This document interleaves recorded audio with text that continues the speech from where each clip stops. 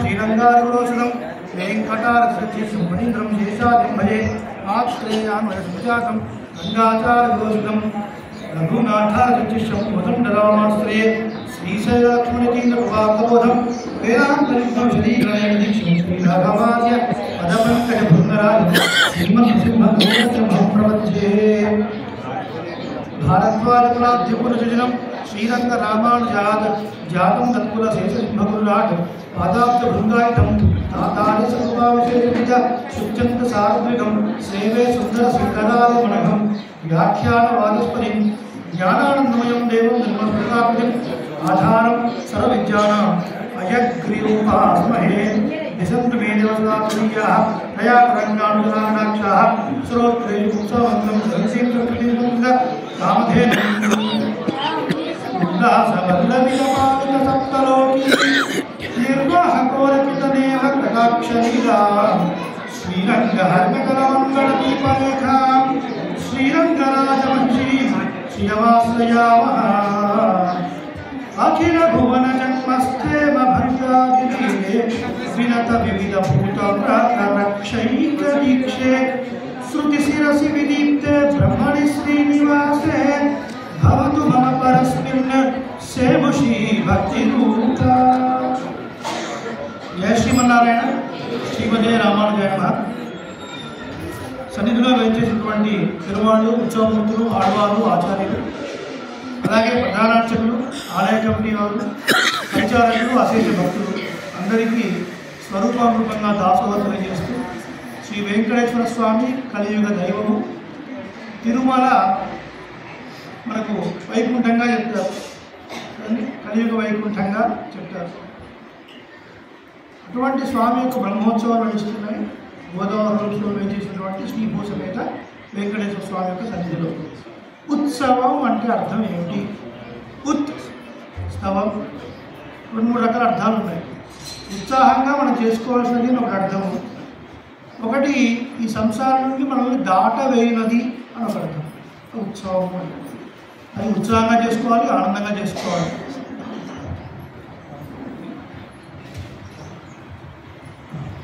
కేవలం అటువంటి ఉత్సవాల్లో జరిగే తంతులు మాత్రమే చూడడం కాకుండా జ్ఞానం కూడా మనకు అంతే ముఖ్యం. దేవాలయానికి వెళుతున్నాము అంటే అక్కడ వేయించేసిన మూర్తి ఎవరు, వారి గొప్పతనం ఏమిటి, ఎందుకు వారు నమస్కరించారు. ఏదైనా పని మీద మనం బయటికి వెళుతున్నప్పుడు ఇంట్లో పిల్లలు ఉంటారు, పలానా వాళ్ళు వస్తారు, కాస్త టీయో కాఫీ ఇవ్వు అంటే ఆ వచ్చేవాళ్ళు ఎవరు అని అడుగుతారు. ఆ వచ్చేవాళ్ళు ఇంపార్టెంట్ పర్సన్ అయితే they respect them, otherwise they don't respect కదా. అది భక్తి అంటే కేవలము ఒక రెండు పండ్లు, ఒక కొబ్బరికాయ ఇది మాత్రం కాదు, ఇది జ్ఞానంతో కూడుకొని ఉండాలి. అందుకే మన సంప్రదాయంలో భక్తి రూపాపన్న జ్ఞానము అంటే జ్ఞానము భక్తిగా పరిణమించారు. ఆ స్వామి గురించి తెలుసుకుని ఎన్నో విషయాలు తెలుసుకోవాలి. ఇవాళ దాసుని యొక్క భాగ్యవశాత్తు శ్రీమద్వేదాంత రంగాచార్య స్వామి యొక్క మంగళాశాసనంతో అలాగే ఆలయ కమిటీ వారి సహకారంతో మీ అందరి మధ్యలో కూర్చొని ఒక 4 విషయాలు తిరుమల చరితామృతం శ్రీ వెంకటాచల మహాత్మ్యం అనే విషయం చెప్పడం దాసుడు వచ్చాడు. దాసుడు ఊలెటి రవికుమారాచార్య మహిళా లాబొరేటరీస్ రీసెర్చ్ అండ్ డెవలప్మెంట్లో అసోసియేట్ డైరెక్టర్గా పనిచేస్తున్నాడు వృత్తిరీత్యా. శ్రీమాన్ ఉభయ వేదాంత కందాడే రామానుజాచార్య స్వామి వైకుంఠవాసు దాసుని తాతగారు ఆచార్యులు. టీటీడీ ప్రబంధ ప్రాజెక్ట్ స్పెషల్ ఆఫీసర్గా పనిచేస్తున్నారు ఈయుని శంకరాచార్య స్వామి డాక్టర్ ద్విశతాధిక గ్రంథకర్త, వారు దాసునికి ఆచార్యులు. అలాగే ఎంతోమంది ఉభయ వేదాంత పట్టుల ద్వారా సేవించిన విషయాల్ని అందరితో పంచుకోవడం వరకు ఆఫీస్ అయిపోయిన తర్వాత ఇంట్లో సెషన్స్, అలాగే వీకెండ్స్లో దేవాలయాల్లో గృహ సముదాయాల్లో ప్రవచనాలు ఇవన్నీ నడుస్తూ ఉంటాయి. దేవాలయాల్లో ముఖ్యంగా జరగాల్సినవి 2, ఒకటి ఉత్సవము, రెండవది జ్ఞానయజ్ఞం. మన పురాతన కాలంలో చూసుకుంటే మన పెద్దలందరూ కూడా దేవాలయాల్లోనే ఎక్కువ కాలం గడిపినవారు. శ్రీరామాయణ భాగవత మహాభారతాలను వింటూ పెరిగారు కాబట్టి they lived there lifes with ethics, ఒక విలువలతో కూడిన జీవితాన్ని వాళ్ళు గడిపారు. ఇవాళ ఏముందంటే పేపర్ చూస్తే, టీవీ చూస్తే చిన్న పిల్లలపై అత్యాచారాలు, ఆస్తుల కోసం అన్నదమ్ములు చంపుకోవడాలు, వృద్ధులైన తల్లిదండ్రులను ఆస్తుల కోసం అన్నదమ్ములే కలిసి చంపేటారు. ఇలాంటివి ఉన్నాయా? పూర్వకాలంలో ఉన్నాయండి. ఎందుకు ఇవన్నీ వస్తున్నాయి? వీటన్నిటికీ కారణం ఏమిటి అని మీరు వెనకాల పెడితే ఒక కారణం దొరుకుతుంది. ఏమిటి అంటే థాట్ పొల్యూషన్, ఆలోచన కాలుష్యం వల్ల ఇన్ని అనర్థాలు మనకు జరుగుతాయి. ఈ ఆలోచన కాలుష్యం ఒకప్పుడు ఇంతగా లేదు, ఉండింది కానీ ఇంతగా లేదు. ఈ ఆలోచన కాలుష్యం పోవాలి అంటే పవిత్రాణం పవిత్రంయో మంగళానాంచ మంగళం అని చెప్పినట్లుగా ఆ పవిత్రమైనటువంటి భగవన్మూర్తి యొక్క కథా శ్రవణం చేయాలి. నవవిధ భక్తులు అంటారు. అందులో మొట్టమొదటి భక్తి శ్రవణం, కీర్తనం, విష్ణుస్మరణం, పాదసేవనం, అర్చనం, వందనం, దాస్యం, సఖ్యం, ఆత్మ నివేదనం. 9 రకాల భక్తుల్లో మొట్టమొదటి శ్రవణం, టు లిజన్. అందుకనే ఆండాళ్ తల్లి కూడా తిరుప్పావైలో వయత్తు வாழ்வீர்கள் నామం నంపావైకు సెయ్యం కిరిసైగల్ కేళీరో అని. కేళీరో అంటే వినండి అని అంటున్నాం. మొట్టమొదటి వినడమే మనకు కావాలి. వేదం కూడా ఇది చెప్పింది. భగవంతుడు తెలుసుకోవాలంటే శ్రోతవ్య, మంతవ్య, నిధిధ్యాసితవ్య. ముందు వినవలను, తర్వాత దాన్ని మననం చేయవలను, తర్వాత ధ్యానం చేయవలను. ఈ ప్రక్రియ ఇలా ఉన్నప్పుడే అనేక విషయాలు తెలుస్తాయి. బాగుందండి. మరి వెంకటాచల మహాత్మ్యం అని వాళ్ళ తిరుమల చరితామృతం అని టైటిల్ పెట్టారు. ఏమిటి మేము కొత్తగా తెలుసుకోవాల్సింది? తిరుమల అంటే అందరికీ తెలుసు కదా, ఏం తెలుసుకుంటాం అనేది ఒక స్వామివారి ఇచ్చినటువంటి 35-40 నిమిషాల తర్వాత మీరు ఒక్కసారి సింహావలోకనం చేసుకోండి. మీకు తెలియని విషయం ఏ ఒక్క విషయం ఈ ప్రవచనం ద్వారా తెలిసినా కూడా దాసుని యొక్క ప్రయత్నం, అలాగే ఆలయ కమిటీ వారి యొక్క ప్రయత్నం, రంగాచార్య ప్రయత్నం కూడా సఫలమైనట్లే. తిరుమల అంటే మాకు తెలిసినదంటే ఏముంది? 2 గుర్తొస్తాయి. ఒకటి లడ్డు, ఇంకొకటి గుండు. తిరుమల అంటే 2 గుర్తొస్తాయి. ఇంకేముందండి ఇంతకన్నా?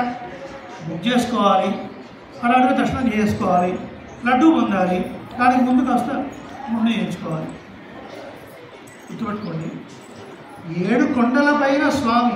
ఆ తర్వాత ముందు 7 కొండల వైశిష్ట్యం మనం తెలుసుకోవాలి. సనాతన ధర్మంలో ప్రతి హిందువు కూడా కలియుగ దేవుడు శ్రీ వెంకటేశ్వర స్వామి ఎక్కడ కొలువై ఉన్నాడు, ఆ 7 కొండల ప్రాశస్త్యం మనకు తెలియాలి. కొన్ని సంవత్సరాలకు పూర్వం కొన్ని చోట్ల న్యూస్ వచ్చాయి.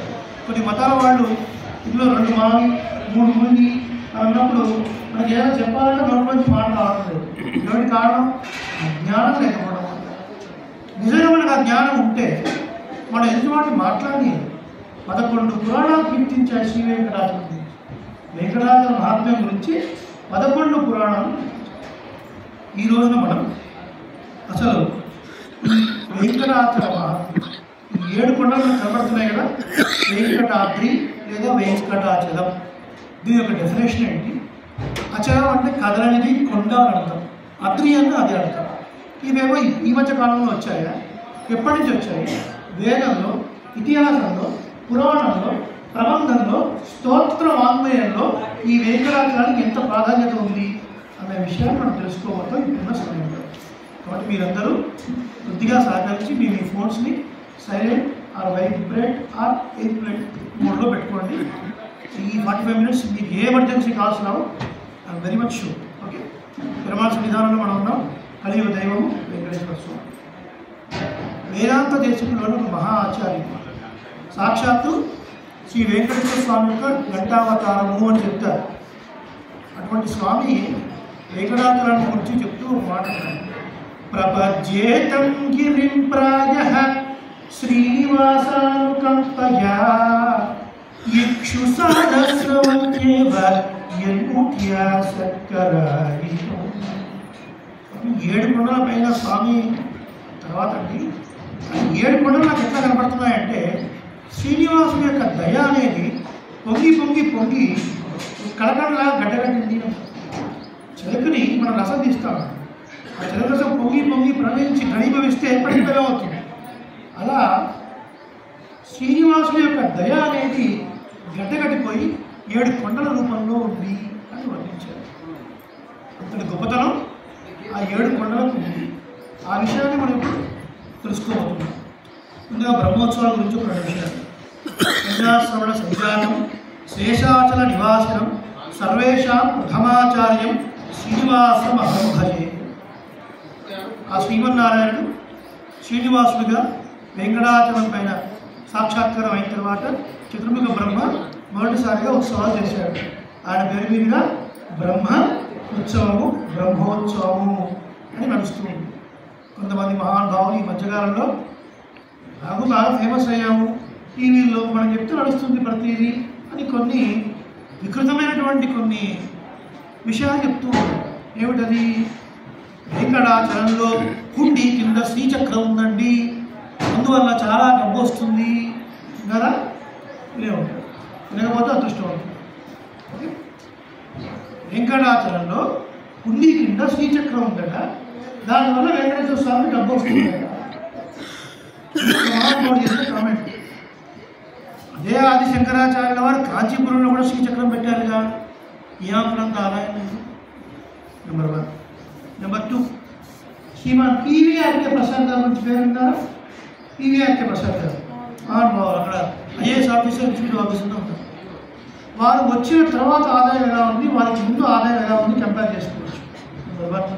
నెంబర్ 2, శ్రీరంగం పక్కన జయనందు నాకు దివ్యదేశం, అక్కడ ఒక మహానుభావులు ఏం చేస్తుంటారు.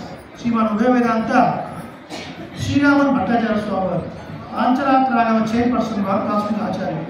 వారు చెప్తారు, వారు తిరుమలలో వెంకటం చేసినప్పుడు పైన ఉత్సవాలు అవుతుంటే కింద నుంచి బ్రతికిలాడుకుంటూ స్వామిని పట్టుకొని వెళ్ళిపోయేవారు. ఒక 45 సంవత్సరాల క్రితం ఇలాగ సంభావన ఇస్తాం, ఇలా మీరు రండి రండి అని చాలా కష్టపడితే కానీ పైన స్వామి దొరికే అవకాశం లేదు. ఒక 40-50 సంవత్సరాల క్రితం ఎక్కడున్న ఆదాయం ఈ మధ్య వచ్చిన్నారు. చిత్రమైన మానవులు సంపాదించి ఆ హుండీలో వేసి దాన్ని లెక్కగట్టి ఆ డబ్బుతోనే పరమాత్మ అయిపోవని చెప్పొచ్చునా అండి? చెప్పొచ్చునా? ఎంత తప్పని? చాలా ఇక్కడ మనం వేసే డబ్బుతోని పరమాత్మ మహిమ అని కంపేర్ చేయడం ఉంటుంది సరే, దానంత తక్కువతోనే ఇవ్వట్లేదు. స్వామి కలియుగ దైవం, సర్వేశ్వరేశ్వరుడు శ్రీమన్నారాయణ కదా. ఈ చక్రము లేదు, ఏ చక్రము లేదు. అక్కడ కలియుగ దైవం వెంకటేశ్వర స్వామి ఉన్నాడు. ఆయన గురించి తెలుసుకున్న తర్వాత అనేక రకాలుగా ముక్కులు తెలిసిన కొరకు మనందరం పెడుతున్నాం. స్వామికి అయ్యా స్వామి నువ్వు ఇల్లు ఇచ్చావు, నీకు ఏం ఇవ్వగలను అని మనకు తోచినంత ఏదొకటిగా సమర్పిస్తున్నాం. అంతే తప్ప మనం ఇచ్చిన డబ్బుతో ఆయనకు వైభవం వస్తుంది అంటే మనకన్నా తక్కువ ఇంకొకళ్ళు లేరు, మనకన్నా అజ్ఞానవంతులు ఇంకొకళ్ళు లేరు అని అంటారు. బ్రహ్మోత్సవం చంద్రముఖ బ్రహ్మ ద్వారా ప్రారంభించబడింది. బ్రహ్మోత్సవాల్లో ఎందుకు పాల్గొనాలి? రెండో ప్రశ్న. ఆగమంలో ఒక విషయం చెప్పబడింది. అదే బ్రహ్మోత్సవాల్లో పాల్గొంటే 2 లాభాలు ఉన్నాయండి. ఒకటి క్షేమము, రెండవది యోగము అన్నారు. యోగము అంటే ఇప్పుడు లేనిది కొత్తగా కలిసి వచ్చు కదా. ఇప్పుడు ఒకటి ఉందండి, ఏమిటో ఒకటి 1,00,000 కోటు అనుకోండి, అది వచ్చే సంవత్సరానికి కొంచెం పెరగాలి. యోగం. క్షేమం ఒకటి ఉంది, అది తగ్గకుండా ఉండాలి, అది సేఫ్గా ఉండాలి. అలా కొత్తగా కలిసి వచ్చుడా, ఉన్నది భద్రంగా ఉండుట. యోగము, క్షేమము ఈ 2 కలుగుతాయండి బ్రహ్మోత్సవాల్లో పాల్గొంటే అన్నారు. ఇంకా ఉత్సవము అంటే మనల్ని సంసార సాగరం నుండి తరింపజేసేది, ఆ ఒట్టుకు చేర్చేది, మోక్షాన్ని ఇచ్చేది అని. ఇది సూక్ష్మంగా బ్రహ్మోత్సవాల గురించి బ్రహ్మోత్సవ కార్యక్రమంలో వెంకటాచలం మాత్రం పెట్టుకున్నాం కాబట్టి ఇప్పుడు అసలు టాపిక్ ఉందాం. ఈ వెంకటాచలానికి ఏ ఏ పేర్లు ఉన్నాయి అనే విషయాన్ని ఒకసారి మనం చూస్తే, ఎవరి వెంకటేశ్వర స్వామి చాలా కన్ఫ్యూజన్. చిన్నపిల్లలుగా ఉన్నప్పుడు మన అమ్మమ్మ వాళ్ళ ఇంటికి వెళితే మా అమ్మమ్మ వాళ్ళ ఇంటి పక్కన రామాలయం ఉంది, మేము ఎప్పుడు ఆ దేవాలయానికి వెళ్ళేవాళ్ళం. రాముడు చూస్తే ఒక రకమైన అనుభూతి. ఆ తర్వాత ఇక్కడికి వచ్చిన తర్వాత వెంకటేశ్వర స్వామి అన్నారు, ఈ స్వామి ఎవరు, ఆ స్వామి ఎవరు, ఇద్దరు ఒకటేనా, ఇద్దరు వేరువేరా, ఇలా కొన్ని సందేహాలు. దీని గురించి ఒక 2 నిమిషాలు చెప్పుకొని అందులో పెట్టారు. పాంచరాత్ర ఆగమము ఒక శాస్త్రం ఉంది. ఆ ఆగమం ప్రకారంగానే ఇక్కడ పూజాధికారులు ఉత్సవాలు జరుగుతూ ఉంటాయి. పాంచరాత్ర ఆగమంలో భగవంతుడు కొలువై ఉండే స్థానాలు 5 అని చెప్పారు. ఈ విషయం మనకు తెలిస్తే చాలా కన్ఫ్యూజన్స్ పోతాయన్నమాట. ఆ 5 ఏంటో మీరు చెప్పండి. పర, గట్టిగా చెప్పండి. పర, వ్యూహ, విభవ, అంతర్యామి, అర్చ. ఈ 5 రూపాల్లో పరమాత్మ కొలువై ఉంటాడు అని పాంచరాత్ర శాస్త్రం చెప్తుంది. 5 రాత్రుల్లో శ్రీమన్నారాయణుడు స్వయంగా ఉపదేశించిన శాస్త్రం పాంచరాత్రం. ఏమిటండి పర అంటే? అనంత కోటి బ్రహ్మాండాలు ఉన్నాయి. ఇక్కడ ఈ భూమి కింద 7 లోకాలు ఉన్నాయి. అతల వితల సుతల మహాతల, తలాతల, రసాతల, పాతాళ. 5 లోకాలు 7. భూ, భువ, సువ, మహ, జన, తప, సత్యం. ఇలాంటి ఒక 14 కలిపితే చతుర్దశ భువనాలు అండాకారంలో ఉన్నాయి. దీనికి బ్రహ్మాండం. ఇలాంటి బ్రహ్మాండాలు ఎన్ని ఉన్నాయి? ఎన్ని ఉన్నాయండి? 1000, 1,000,000 ఎన్ని ఉన్నాయి? తిరుమలకి ఎక్కుతూ ఉంటే అక్కడ రాసి ఉంటుంది. అనంత కోటి బ్రహ్మాండాలు రాసుందా? ఎన్ని ఉన్నాయి బ్రహ్మాండాలు? అనంత కోటి, ఇన్ఫినైట్. మనం చెప్పలేదు, మనం లెక్క పెట్టలేనంత ఉన్నాయి. ఈ అనంత కోటి బ్రహ్మాండాలు ఈ సృష్టి మొత్తం కూడా 25%. దీనికి అవతల ఉండే వైకుంఠం నిత్య విభూతి 75%. ఆ Vaikuntham means the permanent అబోర్డ్ of lord Srimannarayana. ఆ స్వామి ఉండే ప్రదేశం అది వైకుంఠం. అది పర. శ్రీదేవి, భూదేవి, నాట్యాలు, నీలాదేవితో పాటుగా అనంతుడు, విశ్వక్సేనుడు, గరుత్మంతుడు వీళ్ళందరూ ఉంటారు. నిత్యులు అంటారు వాళ్ళు. అక్కడికి కొద్దిగా తిరిగి పాలకడిలో స్వామి ఉన్నారు. క్షీరాబ్దినాథుడు అంటారు. అంటే వ్యూహము అంటే వ్యూహము అంటే ప్లానింగ్ అని అంటారు.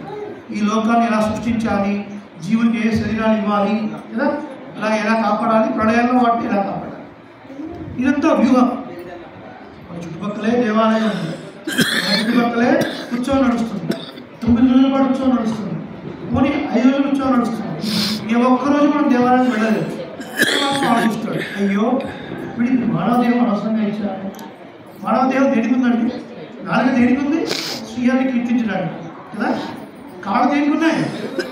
స్వామి యొక్క ఆలయానికి వెళ్ళడానికి. పురంధరదాసు గారు కీర్తనలో చెప్తారు, భూషణకే భూషణ ఇది భూషణ శేషాద్రివాస శ్రీవర వెంకటేశ భూషణకే భూషణ ಇದು ಭೂಷಣ ನಾಲಿಗೆಗೆ ಭೂಷಣ ನಾರಾಯಣ ನಾಮ ಕಾಲಿಗೆಗೆ ಭೂಷಣ ಹರಿಯಾತರೆ. నాలుగకు భూషణం అలంకారం ఏంటి? నారాయణ నామ స్మరణం. చేతులకు భూషణం అర్చించడం, కాళ్ళకు భూషణం స్వామి దగ్గర. ఇలా వెళ్లకుండా జీవితాన్ని వ్యర్థం చేసుకుంటే అయ్యో వీడికి అనవసరంగా మానవ జన్మ ఇచ్చాని అని తర్వాత జన్మలో హీరో జన్మలు ఇస్తూ ఉంటాడు. ఇవన్నీ కూడా వ్యూహమూర్తిలో ప్లానింగ్ చేస్తూ ఉంటాడు ఈ వాటిని కాపాడడం కోసం. పరావ్యూహ. ఈ వ్యూహమూర్తి వరకు బ్రహ్మ, రుద్రుడు, ఇంద్రుడు ఇలాంటి దేవతలు ఆ వైపులను వెళ్ళలేదు. పరావ్యూహ విభవ. ఒక్కొక్క యుగంలో ధర్మాన్ని సంరక్షించడం వరకు, మంచివాడిని కాపాడు వరకు, దుష్టుని శిక్షించడం వరకు అవతారాలు ఎత్తుతాడు. ఆ శ్లోకం గుర్తుందా మీకు? పరిత్రాణాయ సాధూనాం వినాశాయ చ దుష్కృతాం ధర్మ సంభవామి. ప్రతి యుగంలో పుడతానని చెప్పాను కదా. అలా ప్రతి యుగంలో వచ్చే స్వామి యొక్క అవతారములకు విభవములు అని పేరు. మత్స్య, కూర్మ, వరాహ, నరసింహ, వామన, పరశురామ, రామ, బలరామ, శ్రీకృష్ణ, కల్కి. ప్రసిద్ధంగా 10 అవతారాలు ఉన్నాయి. ప్రసిద్ధంగా 10 అవతారాలు. ఈ అవతారాల వైభవాన్ని చెప్పేవి విభవములు. క్లియర్? పర, వ్యూహ, విభవ. అంతర్యామి అంటే అందరి లోపల స్వామి అంతర్యామిగా ఉంటాడు. ప్రతి వాళ్ళలో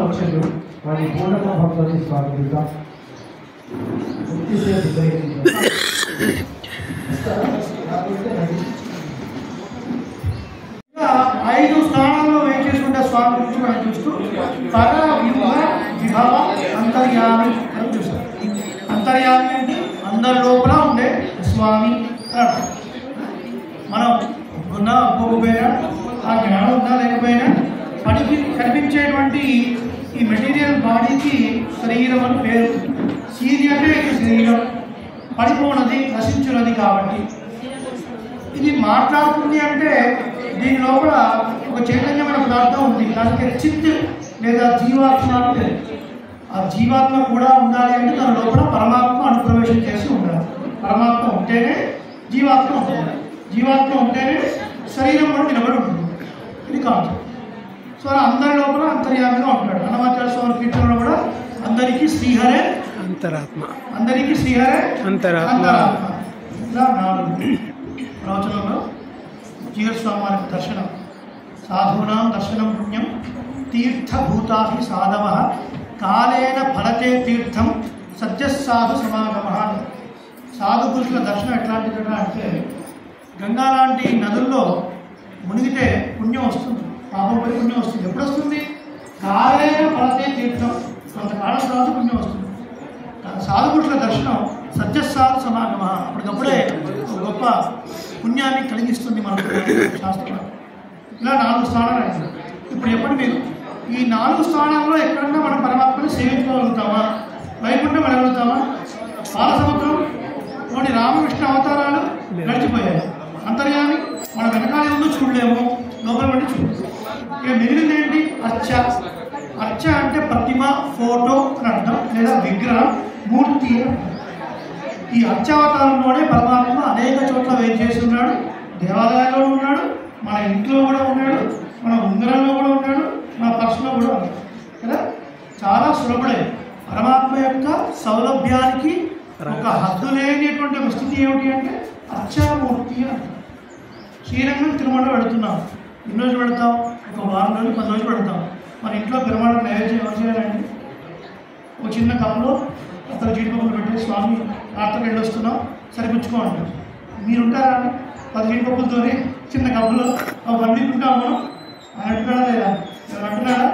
ఏమి సర్వ సహిష్ణురా, అన్నింటినీ సహిస్తూ మనం చేసేటువంటి పూజాధికారాన్ని, మనం చేసేవాడిని అపచారాలే, ఉపచారాల పేరుతో మనం చేసేవాడిని అపచారాలే, అయినప్పటికీ కూడా వాటిని సహిస్తూ, స్వీకరిస్తూ, అనుగ్రహిస్తూ ఉన్నాడు పరమాత్మ.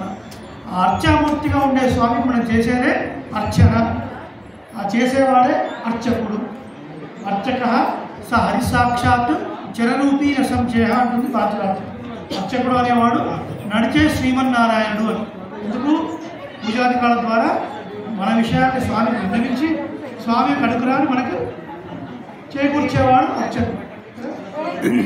ఇలా 5 రూపాల్లో స్వామి ఉంటాడు. ఇప్పుడు చెప్పండి, ఇప్పుడు వెంకటేశ్వర స్వామి ఉన్నారు. ఈ 5లో దేనికి కిందకి వస్తారు? ఆయన మరణ వ్యూహమా దేనికి కిందకి వస్తారు?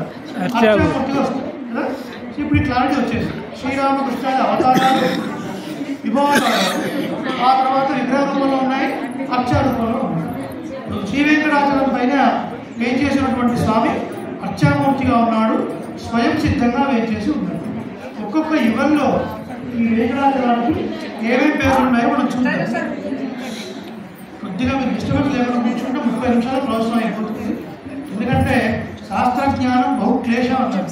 ఎంతో కష్టపడితే కానీ జ్ఞానం రాదు అన్నారు. ఉత్సవాల్లో పాల్గొనడం ఎంత ఇంపార్టెంటో దానికి సంబంధించిన జ్ఞానం తెలుసుకోవడం అంతకన్నా ముఖ్యం.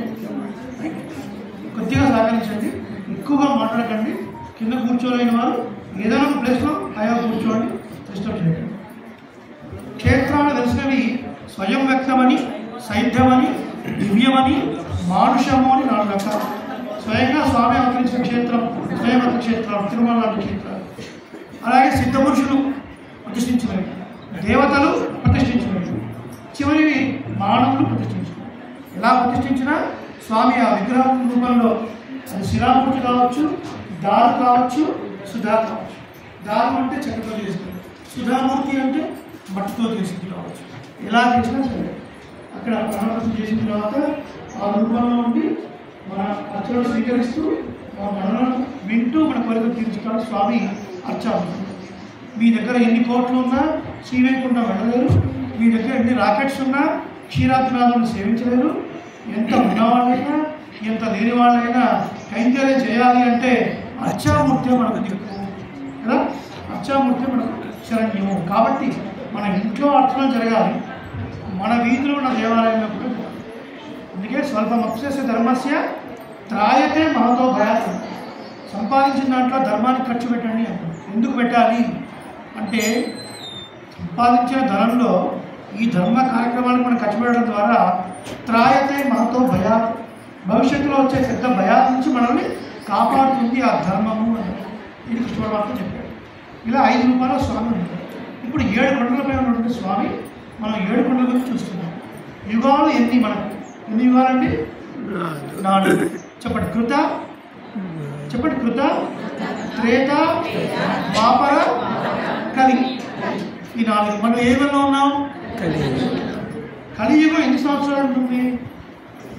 4,32,000 సంవత్సరాలు ఉంటుంది. ఇప్పటికి ఎన్ని సంవత్సరాలు గడిచిపోయాయి? 5,126, 127. 5,000కి ఇచ్చింది స్వామి.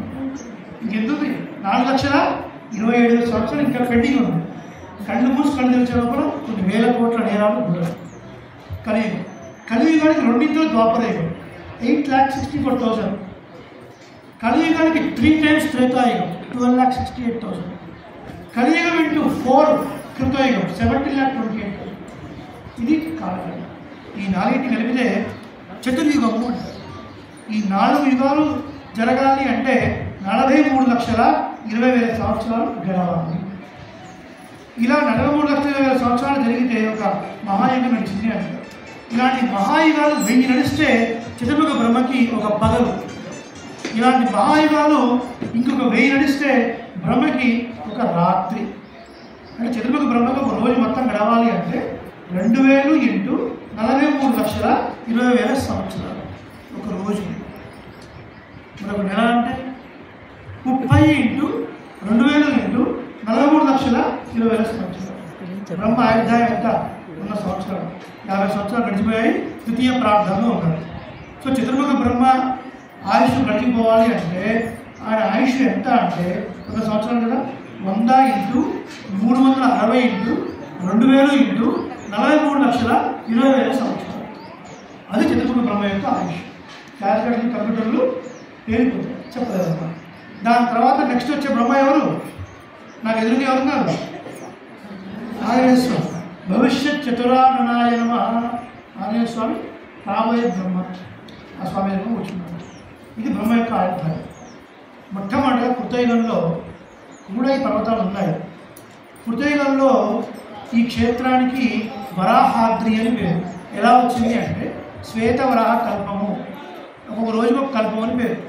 శ్వేతవరాహ కల్పంలో భూమి హిరణ్యాక్షుడు అనే రాక్షసుడి ద్వారా ప్రళయకాల సముద్రంలో దాచిపెట్టబడింది. భూమి మీద సముద్రాలు ఉన్నాయి, కరెక్ట్, అది వేరు.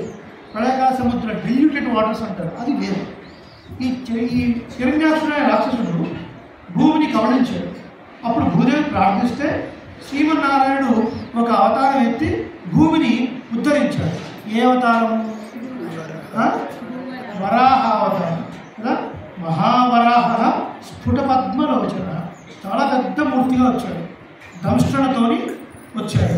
సముద్రంలోకి వెళ్ళాడు, రాక్షసులను సంహరించాడు, భూదేవిని ఉద్ధరించాడు తన యొక్క కోరల మీద, టస్క్స్ మీద కదా. అతను మహానుభావుడు. ఆ సమయంలో భూదేవికి కొంత సమయం తెలిసింది, స్వామితో మాట్లాడే సమయం. ప్రైవేట్ ఎన్నో విషయాలు అడిగింది. తర్వాత సమాధానం చెప్పాడు. భూదేవి అడిగిన ప్రశ్నలకు శ్రీమన్నారాయణ వరాహమూర్తిగా చెప్పిన సమాధానాలే వరాహ పురాణం.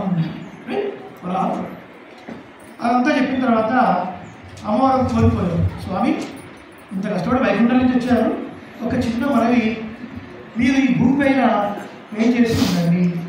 అప్పుడు వరాహస్వామి అన్నారు, అలాగే దేవి అని గరుత్మంతుడు పిలిచారు. హే గరుత్మంత, వైకుంఠ లోకంలో అంతా చెప్పుకున్నాను. వైకుంఠ లోకంలో నేను మహాలక్ష్మి ఆడుకునే ఒక స్థలం ఉంది, ప్లే గ్రౌండ్, దానికి క్రీడాస్థలం అని పేరు. అక్కడి నుంచి కొంత భూమిని తీసుకొచ్చి భూమిని పెట్టగలరా? మనం ఊరికి వెళ్తున్నాం అనుకోండి, మనకు కావాల్సిన దిండు, మన వాటర్ బాటిల్ తీసుకెళ్తావా లేదా? కొన్ని చోట్ల నిద్ర పట్టదండి కొంతమందికి, వాటి దిండే కావాలి. అట్లాగే ఈయన ఉండాలంటే కూడా ఈయనకు అనుకూలమైన ప్రదేశం కావాలి. భూదేవి సాక్షాత్ భార్య ఉండమని ప్రార్థిస్తుంది. కాబట్టి వైకుంఠంలో తనకు అనుకూలంగా ఉన్న ప్రదేశం క్రీడ. ఆ బ్రాహ్మణుడి నుంచి తీసుకున్నామన్నాడు. గరుత్మంతుడు కొంత ప్రదేశాన్ని తీసుకొచ్చి భూమి మీద పెట్టి కృతయుగం. గరుత్మంతుడు ద్వారా తీసుకొని రాబడింది కాబట్టి గరుడాద్రి అని పేరు. ఏం పేరు? ఆ భూదేవి కోరిక మేరకు శ్రీమన్నారాయణ వరాహమూర్తిగా క్షేత్రం పైన వేం చేస్తున్నాడు కాబట్టి వరాహాద్రి అని పేరు. ఏం పేరు? వరాహ. శ్రీమన్నారాయణ ఆడుకునే స్థలం వైకుంఠంలో, ఆ స్థలమే ఇక్కడికి వచ్చింది కాబట్టి క్రీడాద్రి అని. ఏం పేరు? క్రీడాద్రి. ఇప్పుడు ఎన్ని పేరు వచ్చాయండి? క్రీడాద్రి, వరాహాద్రి, వరాహ. సాక్షాత్తు బంగారవనంలో ఉంది ఆ పర్వతం కాబట్టి కాంచనాద్రి. ఆ సమయంలో తీసుకురాబడిన కొండలపైన 60,000 కోట్ల తీర్థాలు ఉన్నాయి. ఎన్ని? 60,000 కోట్లు. మనకి ఇప్పుడు ఎన్ని కనబడతాయి? ఆకాశగంగా, పాపనాశనం, కుమారధార, ఇంతకనే కనిపించదు. 60,000 కోట్ల తీర్థాలు ఆ కాలంలో ఉన్నాయి కాబట్టి తీర్థాద్రి అని పేరు. అర్థమవుతుందండి? కృతయుగంలో ఇది పేరు గరుడాద్రి, క్రీడాద్రి, వరాహాద్రి, కాంచనాద్రి, తీర్థాద్రి. తర్వాత ధర్మరాజు కొంతకాలం అక్కడ తపస్సు చేశాడు. ధర్మానికి వృషం అని పేరు కాబట్టి వృషాద్రి అని ఇంకొకటి. తర్వాత వృషముడు అని రాక్షసుడు. ఆ రాక్షసుడు శ్రీమన్నారాయణ గురించి ఘోరంగా తపస్సు చేశాడు. ఎలాంటి తపస్సు అంటే నిత్యమైన పూజ అయిపోయిన తర్వాత ఒక శిరస్సు కత్తితోని శిరస్సును నరికి అక్కడ పెట్టేశాడు. మళ్ళీ వెంటనే ఆ శిరస్సు అతుకునేది. అలా మర్నాడు పూజ అయిపోయిన తర్వాత మళ్ళీ శిరస్సును ఖండించి అక్కడ పెట్టేవాడు. ఇంత ఘోరంగా ఆశించాడు. అప్పుడు శ్రీమన్నారాయణ ప్రత్యక్షమయ్యాడు. ప్రత్యక్షం ఏం కావాలో కోరుకో అంటే వీడేం కోరుకున్నాడు? స్వామి నీతో యుద్ధం కావాలి అంటే. ఎవరైనా ఏం కోరుకుంటారంటే స్వామి నిలబడితే ఈ లోకంలో అనుభవించే సుఖాలను కోరుకోవాలి. కొంచెం జ్ఞానం ఉంటే స్వామి ఈ సంసారంలో వచ్చే సుఖాలన్నీ కూడా ఈ ఆరు ప్రదర్శనలు చంద్ర ప్రదర్శనలాగా 1+1 ఆఫరు. ప్రతి సుఖం వెనకాల ఒక దుఃఖం ఉండనే ఉంటుంది. సంసారం ఉంటాయి, మాకు మోక్షం కావాలి, ఎప్పుడు ఆనందంగా ఉండే స్థితి కావాలని కోరుకున్నాడు. వాడు అది కోరుకొని ఇది కోరుకున్నాడు. ఏం కోరుకున్నాడు? నీతో యుద్ధం కావాలి అంటే. దిగువ రుచి పొడితో బుద్ధి అండి. సాధారణంగా భోజనం చేసిన తర్వాత మనము తాంబూలం వేసుకుంటాం. ఉత్తర భారతంలో పడితే ఒక రకమైన పాలు వేసుకుంటారు. అది మండుతూ ఉంటుంది. ఆ మండుతున్న పాలు తీసుకొచ్చి నోట్లో పెడుతుంది. చూసారా ఎప్పుడున్న వీడియోస్లో? కాశీ అవతల పెడుతుంది. ఆ కారుతున్న పాలు నోట్లో వేసుకుంటే ఏం ఆనందం! వాడికి అది ఆనందం, వీడికి ఇది ఆనందం. నీతో యుద్ధం కావాలి అని ఘోరంగా యుద్ధం అయింది. చివరిలో స్వామి చక్రధార ప్రయోగించే సమయంలో ఆ విషయానికి అర్థమైపోయింది. నేను మరణిస్తున్నాను అని. స్వామి ఒక చిన్న కోరిక, ఏమిటో కోరుకోను, ఎలాగో మీ చేతుల్లో మరణిస్తున్నాను కాబట్టి ఈ పర్వతానికి నా పేరు పెట్టండి అని. అలాగే అందుకని వృషభాద్రి. వృషభాద్రి, వృషాద్రి వేరు, వృషభాద్రి వేరు. బహుశా దీన్ని చూసే, ఈ పురాణాలను చూసే ఇండియన్ పీనల్ కోడ్ కూడా తయారైంది. అందుకని ఉరి వేసేవాడికి ఆ చివరి కోరిక ఏమని చెప్పు అంటే చూసారు. అట్లాగే ఈ వృషభుడు అనే రాక్షసుడు కోరుకున్నాడు. అయ్యా చివరిలో కోరుతున్నాడు, తీర్చండి. పరమాత్మ తీర్చాడు. ఇప్పుడు వారి పేరు మీద వృషభాద్రి. ఎన్ని పేర్లు వచ్చాయి? వరాహాద్రి, క్రీడాద్రి, కాంచనాద్రి, తీర్థాద్రి, వృషాద్రి, వృషభాద్రి. ఇన్ని పేర్లు మనకి కృతయుగంలో ఉన్నాయి. ఆ వెంకటాచలానికి. ఇకపోతే త్రేతాయుగంలో ఏమిటి పేరండి అంటే, త్రేతాయుగంలో అంజనీదేవి, హనుమంతుని యొక్క తల్లి అంజనీదేవి కొంతకాలం అక్కడ తపస్సు చేసింది. కాబట్టి అంజనీదేవి తపస్సు చేయడం వల్ల దానికి అంజనాద్రి అని పేరు. ఏం పేరు? అంజనాద్రి అని. ఇది కృతయుగంలో ఏం పేర్లున్నాయో చూసాం, త్రేతాయుగంలో ఏం పేర్లున్నాయో చూసాం. ఇది కృతయుగంలో శ్వేత వరాహకల్పంలో సాక్షాత్తు భూదేవి ప్రార్థిస్తే పరమాత్మ అనుగ్రహించి వైకుంఠం నుంచి ఏర్పాటు చేసినటువంటి పర్వతాలు కృతయుగం నుంచి వస్తున్నాయి, శ్వేత వరాహకల్పం నుంచి. ఇకపోతే ద్వాపర యుగంలో ఈ కొండకి ఏమిటి పేరు అని చెప్తారు. ద్వాపర యుగంలో ఒకసారి ఏమైందంటే వాయుదేవుడు క్షీరాబ్దికి వెళ్ళాడు పరమాత్మను సేవించడానికి. పాలక్కడలో వెంచేసిన స్వామిని సేవించడానికి వెళ్ళాడు. వెళ్ళినప్పుడు అక్కడ ఆదేశుడు అన్నాడు, స్వామి ఏకాంతంలో ఉన్నారు, మీకు కలవడానికి వీలు లేదు అన్నాడు. కొంచెం ఇగో ప్రాబ్లమ్స్ వచ్చాయి. ఎవరికి? వాయుదేవుడికి, ఆదిశేషుడు. నా అంతటి వాడు వస్తే నువ్వు లోపల ప్రవేశం లేదంటావా? నువ్వు గొప్పవాడువా నేను గొప్పవాడు చూసుకుంటాను. సరే ఏమిటి పందెం పెట్టేంటి అంటే, మేరు పర్వతం అంటే పర్వతం బంగారు శిఖరంతో కూడింది. ఆ పర్వతాన్ని ఆదిశేషుడు చుట్టుకుంటాడు. వాయుదేవుడు అంటాడు, నా బలంతో గట్టిగా వీచి ఆ శిఖరంలో ఒక శిఖరాన్ని పడగొడతాను అంటాడు. నీ వల్ల కాదు అంటాడు ఆదిశేషుడు. అలా గట్టిగా ఆదిశేషుడు చుట్టుకొని ఉంటాడు, వాయువు గట్టిగా వీస్తూ ఉంటాడు. వీళ్ళిద్దరి మధ్యలో పోటీ ఏమో కానీ లోకాలన్నీ కూడా అతలాకుతలం అవుతుంది. ఇది గమనించిన నారద మహర్షి అక్కడికి వచ్చి దగ్గరికి వచ్చి ఒకసారి నారాయణ నామాన్ని స్మరిస్తాడు. అప్పుడు సహస్ర పడామండలం 1000 పడగలతో ఉన్నటువంటి ఆదిశేషుడు ఒక పడగని తిప్పి చూస్తాడు. చూడగానే ఆ మేలుకొండ యొక్క భాగము వాయుదేవుడి యొక్క ఫోర్స్ వల్ల కింద పడుతుంది. అలా కింద పడ్డప్పుడు మేలుకొండ బాధపడుతుంది. ఓ ఆదిశేష, నన్ను కాపాడుతా అన్నావు, ఇప్పుడు నా కుమారుడు కింద పడిపోతున్నాడు. పర్వతం ఉంది, పర్వతానికి కొన్ని పీక్స్ ఉంది, శిఖరాలు, అవి కింద పడుతున్నాయంటే దాని సంతానం కదా, కింద పడుతున్నాయని బాధపడుతున్నప్పుడు అప్పుడు ఆదిశేషుడు అంటాడు, ఏ పర్వతమా నీకేం పర్వాలేదు, నీ యొక్క శిఖరాన్ని రక్షిస్తాను అని వెంటనే తను కింద పడుకొని ఉండి ఆ పర్వతాన్ని తన నీటి పైన మోస్తాడు. కాబట్టి ఆదిశేషుడు ద్వారా మోయబడిన పర్వతం కాబట్టి ద్వాపరయుగంలో శేషాద్రి అని పేరు. ఏం పేరు? శేషాద్రి. కృతయుగంలో అనేక పేర్లు ఉన్నాయి. త్రేతాయుగంలో అంజనాద్రి అన్న, ద్వాపరయుగంలో శేషాద్రి అన్న. స్వామి ఏ యుగంలో ఏ పేరు ఉంటే మాకు ఎందుకు, మనం ఇప్పుడు ఏ యుగంలో ఉన్నామంటే ఈ యుగంలో ఏ పేరు చెప్పాలి. ఇది కూడా ఇంపార్టెంట్, అది ఇంపార్టెంట్, ఇది ఇంపార్టెంట్. అవి తెలుసుకుంటే ఏమర్థం అవుతుందంటే అవి ఏవో ఉత్తి కొండలు కాదు, సాక్షాత్తు వైకుంఠం నుంచి వచ్చింది అర్థమవుతుంది, ఆదిశేష సంబంధాలు అర్థమవుతుంది, చాలా మహిమాన్వితమని అర్థమవుతుంది. కలియుగంలో దానికి వెంకటాద్రి అని పేరు. ఏం పేరు? వెంకటాద్రి. వెంకటాద్రి అంటే ఏమిటి అర్థము అంటే వరాహపురాణంలో నిర్వచనం ఉంది. సర్వపాపాని వేత్ప్రాహు కటస్థదాహ ఉచ్యతే సర్వపాప హారిత్వాత్ వెంకటాద్రి ఇతిస్మృతః. అనేకమైన పాపములకు వేం అని పేరు. వేం అంటే అర్థమైంది పాపములను కటహ అంటే దహించి వేయనది అర్థం. కటహ అంటే దహించి వేసి తీసివేసేది. ఏ క్షేత్రం పైన మనం వెళ్ళి కొంతసేపు గోవిందనామ స్మరణ చేస్తే అనేకమైన పాపాలు నశిస్తాయో ఆ కొండకి వెంకటాద్రి. ఇది వెంకటాద్రి అంటే అర్థం అన్నమాట. అనేక పాపాలు తీసేది కాబట్టి ప్రతి సంవత్సరం కూడా వెళ్ళి స్వామికి సేవించు వస్తూ ఉన్నాం. వచ్చి మళ్ళీ పాపాలు చేస్తూ చేయకూడదు, చేయకూడదు. అది వెంకటాద్రి. ఇప్పుడు ఈ వెంకటాచలం గురించి ఎక్కడెక్కడ చెప్పబడింది అని పురాణంలో విషయాలు. కానీ అక్కడికి ప్రమాణం వేదం కదా, వేదంలో ఎక్కడ ప్రమాణం ఉందా? ఒకవేళ వేదంలో ప్రమాణం ఉంటే ఎంత ప్రాచీనమైందో మీకు అర్థమవుతుంది. అతి ప్రాచీనమైన వేదం ఋగ్వేదం. వేదం మనకు ఎలా వచ్చింది అంటే ఎవరు కూర్చుని రాయలేదు. ఋషులందరూ కూడా కొన్ని వందల వేల సంవత్సరాల అడుగుల తపస్సు చేసి పరమాత్మ యొక్క విశ్వాస రూపంగా ఆ శబ్దాన్ని విన్నారు. ఆ విన్న దాన్ని తమ శిష్యులకు బోధించారు. అలా విన్నారు కాబట్టి దాన్ని శృతి అన్నారు. వేదానికి ఇంకో పేరేంటి? శృతి కదా. ఎందుకన్నా నా పేరంటే అది వింటూ నేర్చుకోబడింది. వాళ్ళ యొక్క శిష్యులు చెప్తూ ఉన్నారు, వింటూ నేర్చుకోబడింది. అది ఎవరు రాయలేదు కాబట్టి అపౌరుషేయము అన్నారు. మహాపురుషుడు. అందులో ఋగ్వేదంలో 10వ మండలంలో 155వ సూక్తంలో మొట్టమొదటి మంత్రం ఒకటి ఉంది ఋగ్వేదంలో. అరాయికానే వికటే గిరింగచ్చ స్నాన్వే సిలింబిడస్ సత్వీ కేవిపా చాపయామసి. ఏమిటి దీని అర్థం అంటే ఋగ్వేదంలో మాట ఓ మనవడా, నువ్వు గుడ్డివాడ అయినప్పుడు ఐశ్వర్యాన్ని పోగొట్టుకున్నప్పుడు ఆ కొండకు వెళ్ళు అని అర్థం. గుడ్డివాడ అవడానికి అర్థం ఏంటి అంటే నిజంగా గుడ్డివాడ అవడం అర్థము. లోపల అర్థం ఏంటంటే శాస్త్రజ్ఞానం తెలుసుకోకుండా జీవితాన్ని అర్థం చేసుకున్నా సరే భగవంతుడి గురించి తెలుసుకునే జ్ఞానమే జ్ఞానం అండి. మిగతాది జ్ఞానం కాదు, అది విజ్ఞానం అవుతుంది. అలా జ్ఞానం లేకుండా అంతకాలం అయినా లేదా నువ్వు సంపాదించిన సంబంధాన్ని కూడా నశించిపోయినా ఏం బాధపడకు. గిరి గచ్చ. గిరి అంటే పర్వతం, గచ్చ అంటే వెళ్ళు.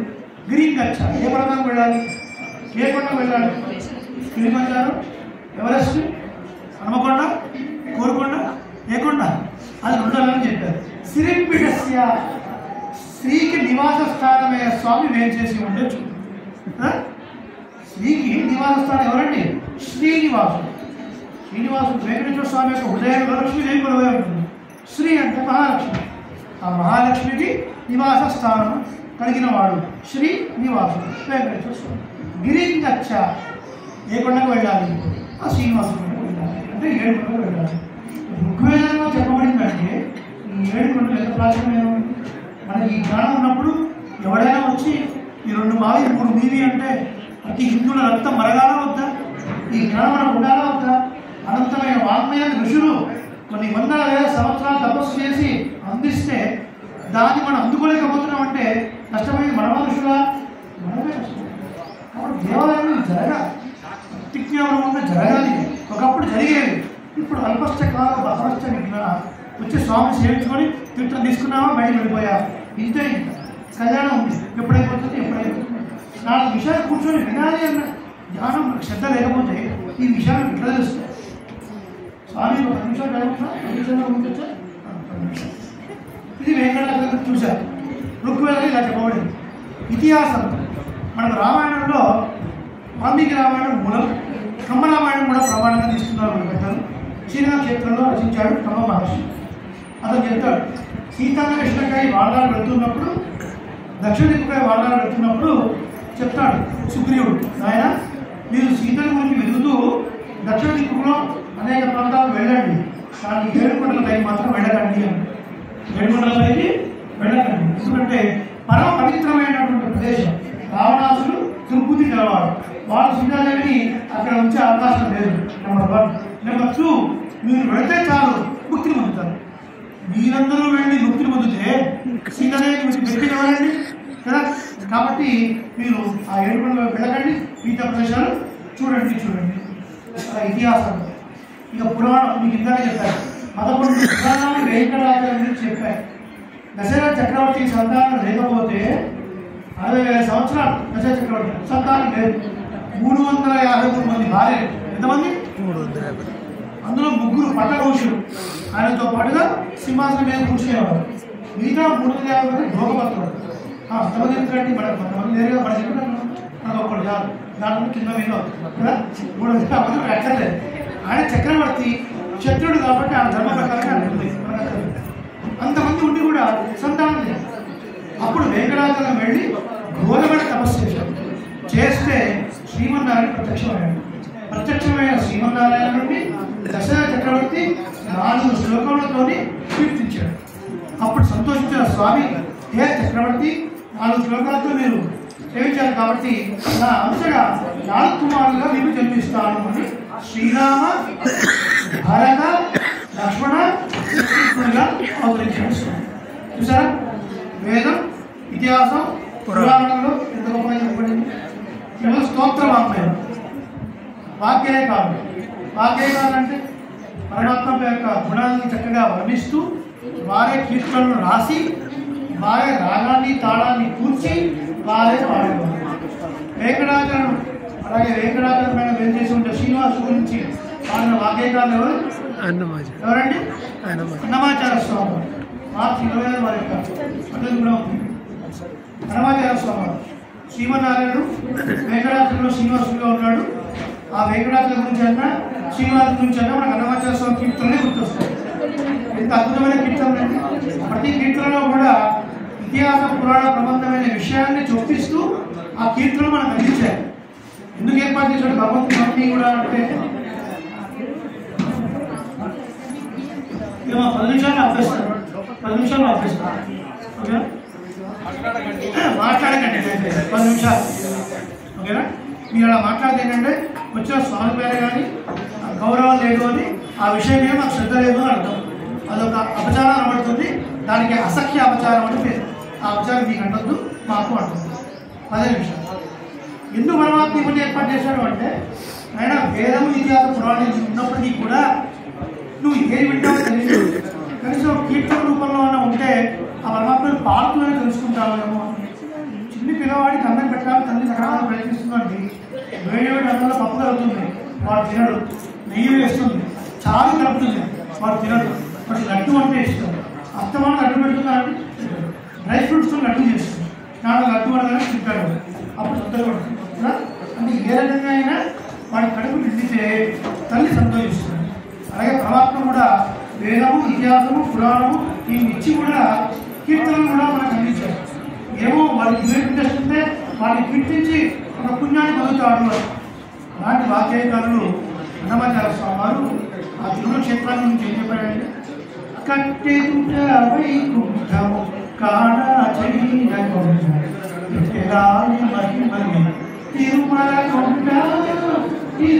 కొండ కట్టెడులో కట్టెడులో వైకుంఠం, కండములు వైకుంఠం. 7 లోకాలు దాటిన తర్వాత వైకుంఠం, 7 కొండలు దాటిన తర్వాత పైన శ్రీమన్నారాయణ సాక్షాత్ వైకుంఠం. కాణాచయ్య కొండ, కాణాచి అంటే అతి ప్రాచీనమైన కొండ. ఇప్పుడు పిల్లవాళ్ళు 1000 కోట్ల సంవత్సరాలతో వచ్చినటువంటి కొండ. కట్టెరాయ మహిమలే, అన్ని కానీ అనేకమైన మహిమలు ఉన్నటువంటి కొండ ఆ కొండ. ఎవరికి ఏం కోరుకోవాలంటే అందరూ ముక్తిని కోరుకునే వెళ్తారండి. ముక్తిని కోరుకున్నా ముక్తి ఇస్తాడు, ప్రమోషన్ కావాలన్నా ఇస్తాడు, పెళ్లి కావాలన్నా ఇస్తున్నాడు, సంతానం కావాలన్నా ఇస్తున్నాడు. వడ్డీ కాసులో వాడే వడజనాభుడే, వడ్డీ కాసులో వాడే వడజనాభుడే, కొట్లాడను పిచ్చనిచ్చే గోవిందుడే వేడుకొందామా వేడుకొందామా వెంకటగిరి వెంకటేశ్వరుని వేడుకొందామా. అనేక కీర్తనలో కీర్తించారు.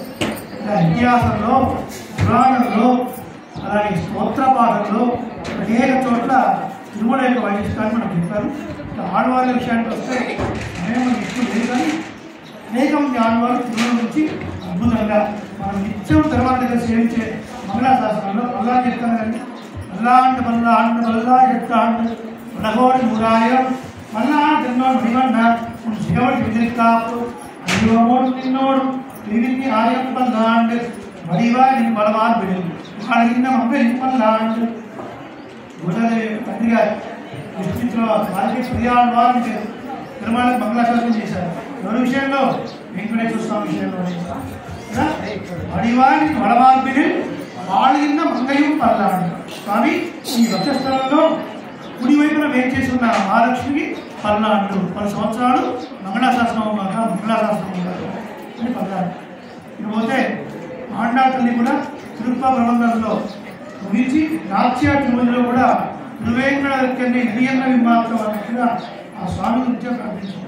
శివేది గుర్తులో ఉన్న ఆండా తల్లి ఓ స్వామిని చేరుకోవాలి అని నాట్య తిరుమలలో శివేది గుర్తుల్లో మేఘాలు పెడుతూ ఉంటే ఏ మేఘాలను అనండి అని చెప్ప ఆండా. ఏం చేయాలి మేము? మీరు తిరుమల పెడుతున్నారా? పెడుతున్నారా? మీరు వెళ్ళి వర్షించి ఆండాన్ని మిమ్మల్ని కోరుకుంటుంది, మిమ్మల్ని స్వీకరించాలనుకుంటుంది అని తెలియజేయండి అన్న. ఈ మేఘాలన్నీ వెళ్ళాయి తిరుమల.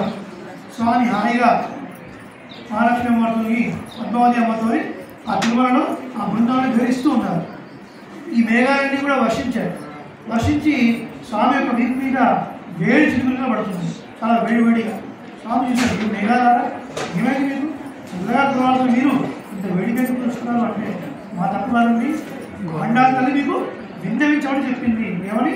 మా స్వామి త్వరగా వచ్చి నన్ను స్వీకరించు అని ఆండా తల్లి కూడా వెంకటేశ్వర స్వామి అనేక ప్రబంధాలు బ్రహ్మాండ వాళ్ళు కూడా అగలగిల్లే ఇరైవెన్నో అలర్మేల మంగై ఉరైవాత్మ ఒడివిల్ కాలకన్నా ఉదయాత్మ. మా స్వామి కాలం ఉన్నంత వరకు నీకు సేవ చేస్తూనే ఉండాలి. భగవద్ రామానుజుల వారు 1000 సంవత్సరాల పూర్వము సాక్షాత్తు ఆదిశేష స్వరూపము నేను కాలతను ఎక్కలేను అని కిందనే ఉన్నాడు. ప్రియ తిరుమల గారు సంవత్సరం పాటు పైనుంచి కిందికి వచ్చి శ్రీరామాయణ కాలక్షేపం చేశారు. ఎవరికి? భగవద్ రామానుజులు. ఆ తర్వాత వారి కోరిక మేరకు మోకాళ్ళ పైన ఎక్కారు ఆ తిరుమల కొండ. అంటే ఆ తిరుమల కొండ యొక్క గొప్పతనం ఏంటి?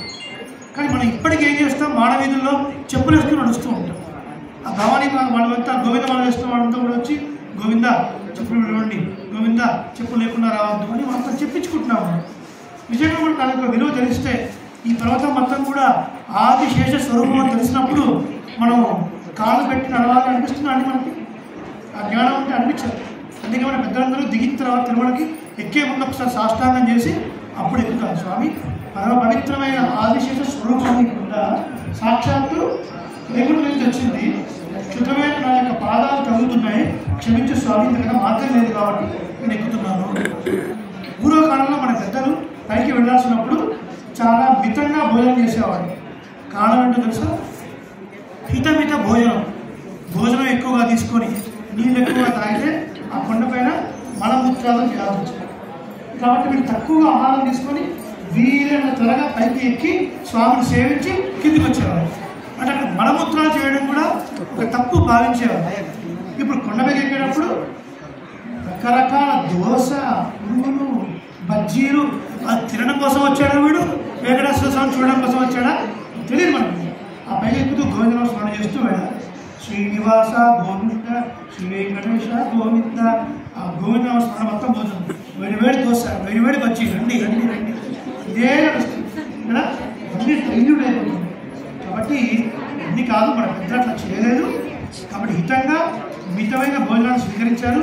ఎక్కువ కాలం ఉండకుండా మలమూత్రాలు విసర్జించకుండా ఆ స్వామిని సేవించి వచ్చారు. అంటే స్వామి పైన, కొండ పైన వారికి ఉన్న భక్తి ప్రవృత్తులు ఎలాంటివో మనం తెలుసుకోవాలి. చివరిగా ఒక మాట, సనాతన సంప్రదాయము వర్ధిల్లాలు అంటే వేదం కాపాడబడాలి. వేదం కాపాడబడాలి అంటే బ్రాహ్మణులు కాపాడబడాలి. వేదము బ్రాహ్మణులు కాపాడబడాలంటే దేవాలయాలు కాపాడబడాలి. అర్థమవుతుందా? ఈ 3 కాపాడబడితేనే మన ధర్మం కాపాడబడుతుంది. వాట్సాప్లో ఫేస్బుక్లలో మెసేజ్ ఫార్వర్డ్ చేయడం ద్వారా ధర్మం కాపాడబడదు. దేవాలయానికి ప్రయత్నపూర్వకంగా రావాలి, సంప్రదాయ దుస్తుల్లో రావాలి, మన పిల్లలు తీసుకొని రావాలి, బొట్టు పెట్టుకొని రావాలి. ఎన్నో విశేషాలు ఉన్నాయి. అలా వచ్చి వైకుంఠం నుంచి పరమాత్మ ఏం చేశారంటే ఎవరి కోసం అండి? మీరు బ్రహ్మోత్సవం చేయకపోతే ఆయనకి ఏమైనా నష్టమా? మీరు పులిహోర ఆదింపు చేయకపోతే ఆయనకు వచ్చిన నష్టం ఏమైనా ఉందా? మీరు అభిషేకం చేయకపోతే ఆయనకి ఏమైనా నష్టం ఉందా అండి? అఖిలాండ కోటి బ్రహ్మాండ నాయకుడు సిఎఫ్ పతి మహాలక్ష్మి, సాక్షాత్ మహాలక్ష్మి ఆయన వక్షస్థలంలో ఉంది. ఆయనకి లేని సంపద మీరు ఏమి ఇస్తున్నారు? ఆయనకి మీరు ఏమైనా ఇస్తున్నారు కొత్తగా? మీరు ఏమి ఇవ్వటం లేదు. అవాప్త సమస్త కాముడు, ఏ కోరిక లేనివాడు, అన్ని కోరికలు తీరినవాడు. మీరు ఇచ్చే పులిహోర, మీరు ఇచ్చే దద్దోజనం, మీరు చేసే లడ్డు, మీరు చేసే బంగారు కిరీటం ఆయనకు అసలు నథింగ్. అని ఎందుకు చేస్తున్నాం? ఎందుకు చేస్తున్నాము అంటే మన స్వరూపాన్ని కాపాడు కోసం చేస్తున్నాం. కాబట్టి దేవాలయాలు కాపాడబడితేనే బ్రాహ్మణులు, వేదము కాపాడబడుతుంది. ఈ విషయాలు ఇప్పటిదాకా జరిగిన ప్రవచనంలో ఏ కొన్ని విషయాలు మీకు కొత్తగా అనిపించినా, ఏమాత్రం గర్వంగా ఉన్నా కూడా అసలు ధన్యుడు. ఈ అవకాశం ఇచ్చినటువంటి పెద్దలకి, రంగనాథ స్వామివారికి అనేక ధన్యవాదాలు తెలియజేస్తూ మీ అందరూ శ్రద్ధగా ఉన్నటువంటి అందరికీ కూడా అనేక కృతజ్ఞతలు. జయ శ్రీమన్నారాయణ. జై శ్రీమన్నారాయణ.